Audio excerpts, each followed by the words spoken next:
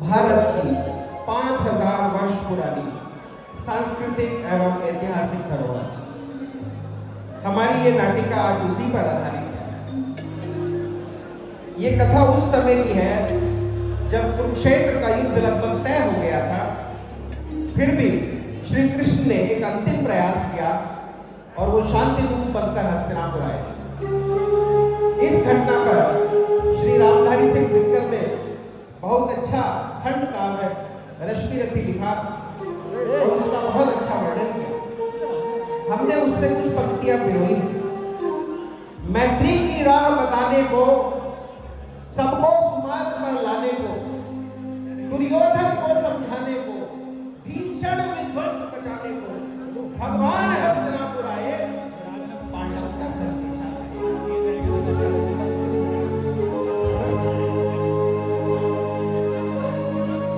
महाराज धृतराष्ट्र की राज्यसभा का दृश्य है।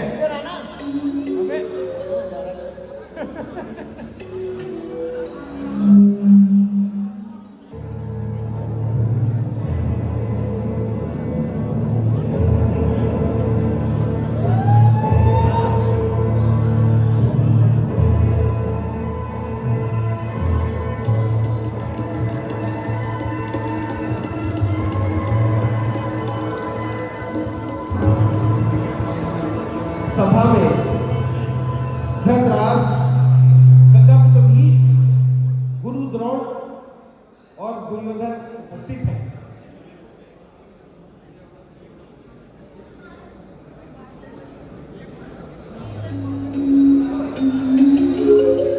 तभी श्री कृष्ण के आने का संदेश आता है।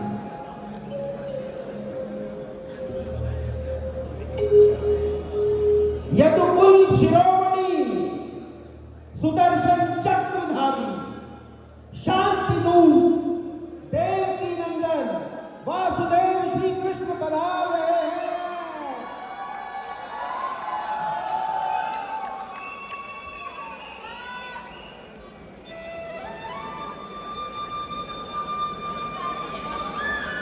शांति दूत का प्रणाम स्वीकार करें महाराज। प्रणाम वासुदेव, आपने आकर मेरी सभा का मान बढ़ा दिया। प्रणाम पितामह, प्रणाम केशव, प्रणाम गुरुद्रोण। दान ग्रहण कीजिए वासुदेव।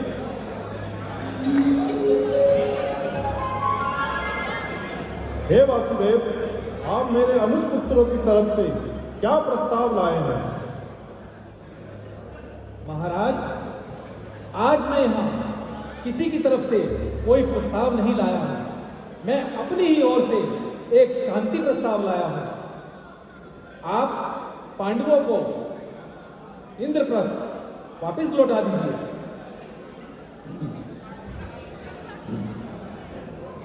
वासुदेव, मुझे शांति प्रस्ताव स्वीकार नहीं है।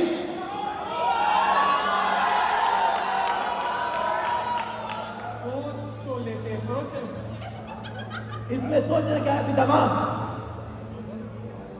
पुराण के अनुसार उन्हें 12 वर्ष का वनवास स्वीकार कर लेना चाहिए था और ये राज मांग रहे हैं।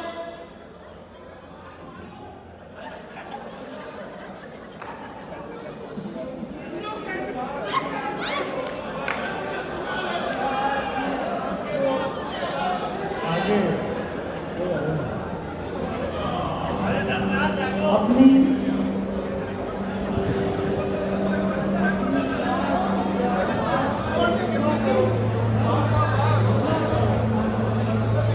यह भी तो सोचो बस। वासुदेव मित्र की भाषा बोल रहे हैं और मित्र की भाषा यह कह रही थी कि मैं अपना आधा राज्य उन्हें दे दूं।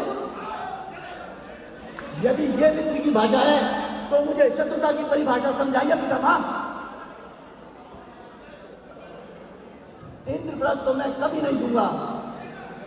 हाँ, यदि वासुदेव के पास कोई और प्रस्ताव हो तो मैं उस पर विचार कर सकता हूं। आप सब लोग दुर्योधन के शुभ चिंतक हैं, इन्हें समझाइए।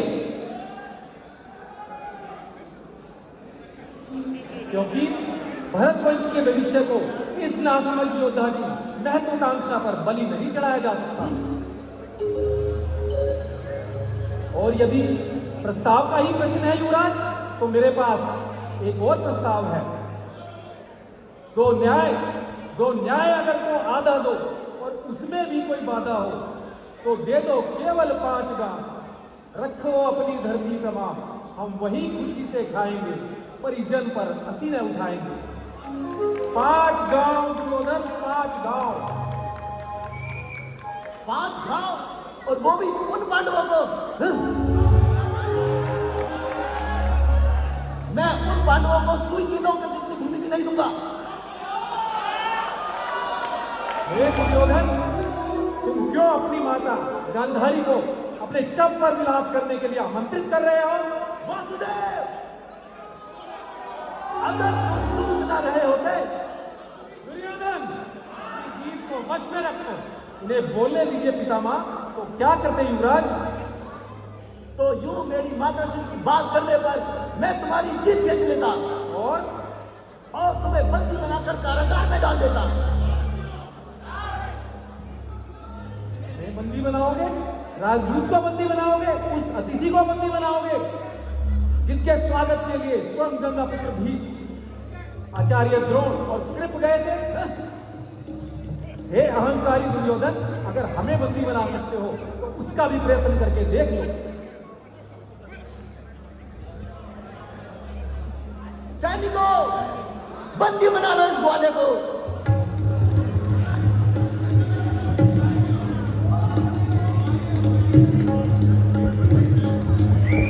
पकड़ दो बेड़ियों में। ये क्या कर रहे हो? वासुदेव का अपमान ना हो। इस विनाशकारी युद्ध को टालने के लिए श्री कृष्ण ने सिर्फ 5 गांव मांगे। दुर्योधन वह भी दे न सका, आशीष समाज के ले न सका, उल्टे हरि को बांधने चला, जो था असत्य साधने चला। जब नाश मन पर छाता है, पहले विवेक मर जाता है। हरि ने भीषण हुंकार किया, अपना स्वरूप विस्तार किया, डगमग डगमग दिग्गज डोले, भगवान कुपित होकर बोले, जंजीर बढ़ाकर साध मुझे, कहा दुर्योधन बात।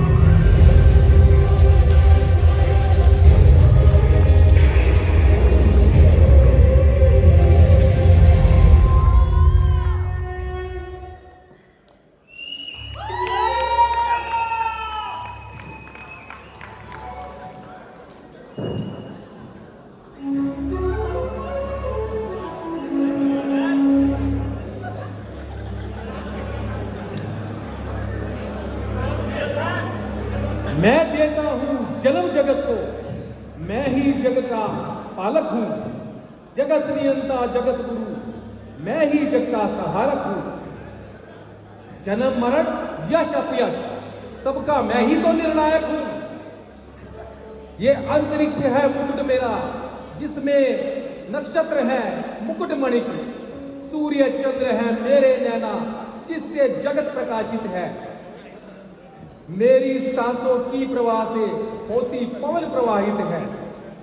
मैं जगतानंद, मैं जगत गुरु, मैं निर्विकार, मैं ही हूं निराकार, मैं हूं विशंबर। सब जन्म मुझी से पाते हैं, फिर लौट मुझी में आते हैं।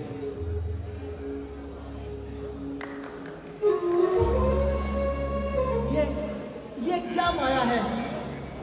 ये कैसा रूप है? चलिए। हे कपटी दुर्योधन, मैं तुम्हें दिखाता हूं ये युद्ध कितना विनाशकारी होगा।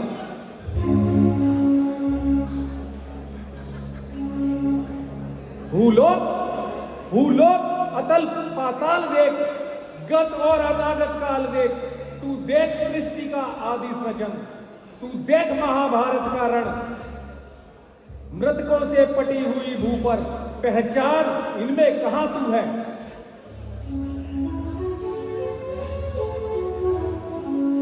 ये मैं कहां हूं? कहां है सब? मामा श्री, रुद्रोण, दुशासन,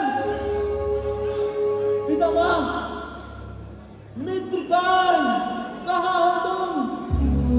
नहीं, ये सत्य नहीं है, ये सत्य नहीं है।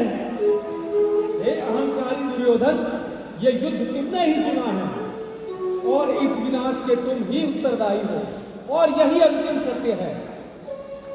हित वचन नहीं तुमने माना, मैत्री का मूल्य न पहचाना, तो ले अब मैं जाता हूं, अंतिम संकल्प सुनाता हूं, याचना नहीं अब रण होगा, जीवन जय या ही मरण होगा।